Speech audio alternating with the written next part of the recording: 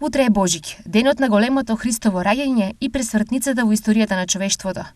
Иако ова е генерално познато, не сите верници знаат што треба, а што не треба да се прави на овој ден.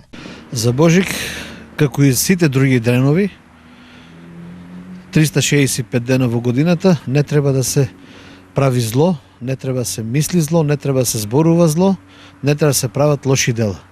За Божик и за сите останати 365 дена во годината треба да се прави добро, да се молиме на Бога, да ги извршуваме Божите заповеди и неговата правда. Освен наведеното, што треба, а што не треба да се прави во божикните денови има уште многу работи.